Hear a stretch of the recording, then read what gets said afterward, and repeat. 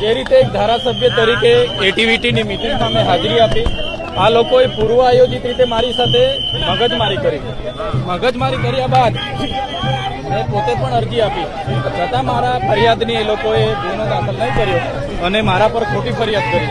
એમાં પણ 307 લગાડી, હાફ મર્ડર, અને મને જે માથાભારે સાબિત કરીને 80 દિવસ જેલમાં રાખવામાં આવ્યો છે. એમાં ભાજપ અને પોલીસ પ્રશાસનનો ખૂબ મોટો હાથ છે.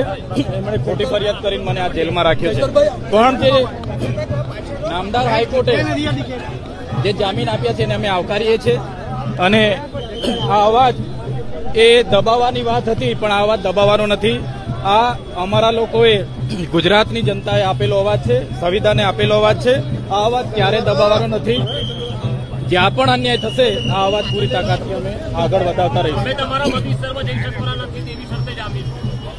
નામદાર હાઈકોર્ટે શરતી જામીન આપ્યા છે કે મારા મત વિસ્તારમાં મારે જવું નહીં, પણ ચોક્કસ આવનારા દિવસોમાં મને પૂરો ભરોસો છે. નામદાર હાઈકોર્ટ, નામદાર સુપ્રીમ કોર્ટમાં પણ જઈશું. સત્યનો વિજય થશે.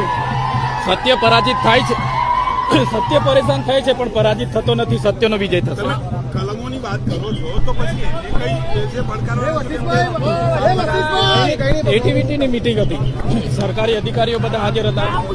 વેપારીઓને સભ્ય તરીકે લીધા, એના લીધે બોલાચાલી થઈ, એના લીધે ઝપાઝપી થઈ. અને ક્યાં કોઈ 307 લાગુ પડે એવો કોઈ ગુનો થયો નથી. સીસીટીવી ફૂટેજ એ લોકો પર હતા, એમણે જાહેર કરવા જોઈએ, તે એમણે કર્યા નથી. મહિલાને મેં અપશબ્દો બોલ્યા છે એવી વાત હતી, એવું ક્યાંય બન્યું નથી. મહિલાને અપશબ્દો મેં એક પણ શબ્દ એવો બોલ્યો નથી. પણ હું જે રીતે ત્યાંથી છૂટામ છું, લોકો મારી સાથે છે, એ જોઈને ભારતીય જનતા પાર્ટીના કેટલાક નેતાઓ અને પોલીસના કેટલાક આઈપીએસ અધિકારીઓ મને ફસાવી દીધો. ચૈતરભાઈ તમારો ધારાસભ્ય તરીકેનો જે સમય હતો એમાં સૌથી વધારે સમય તમારો જેલવાસમાં પૈસો છે, તો આપણે માનો છો કે મતદારોને પણ નુકસાન જઈ રહ્યું છે? એક વિપક્ષના ધારાસભ્ય તરીકે એફઆઈઆર થયા પહેલા પણ મારી 2 વાગ્યાની એરેસ્ટ કરી લીધેલી. મેં પણ અરજી આપી હતી, સૌથી પહેલા ફરિયાદ મેં આપી હતી, પણ આજ દિન સુધી એની એફઆઈઆર નથી થઈ. એટલે વિપક્ષના ધારાસભ્યને આ દબાવવાની સોજી સાચી કોશિશ છે, પણ અમે દબાવીશું નહીં. જે આ જનતાનો પ્રેમ, સહકાર મળ્યો છે, જે રાજકીય લોકો, સામાજિક લોકોનો સહકાર મળ્યો છે, એમના વિશ્વાસ પર અમે કાયમ રહીશું અને આગળ વધતા રહીશું.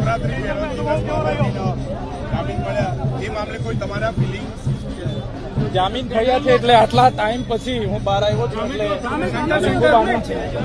કેમ કે હું મારા પરિવાર સાથે, મારો જે વિધાનસભા ડેડિયાપાડા સાગબારાના લોકો છે, મારો પરિવાર છે, એના સુખ દુઃખમાં હું હાજર નથી રહ્યો, એ બદલ મને ખૂબ દુઃખ છે.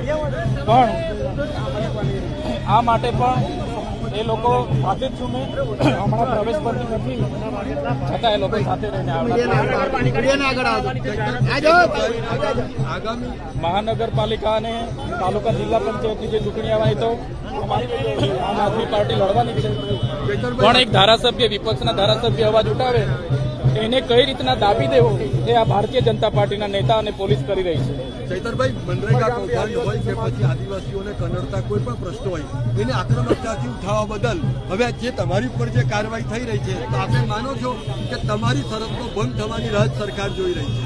તમે જોયું હશે, પોસ્ટ મેટ્રિક શિષ્યવૃત્તિ હોય, મનરેગા યોજના હોય, આવાસની યોજના હોય, રોડ રસ્તાની બાબત હોય, કે કરાર આધારિત ફિક્સ પગારદારોની વાત હોય, કે આઉટસોર્સિંગ કર્મચારીની વાત હોય, ચૈતર વસાવા સડકથી લઈને સદન સુધી લડે છે.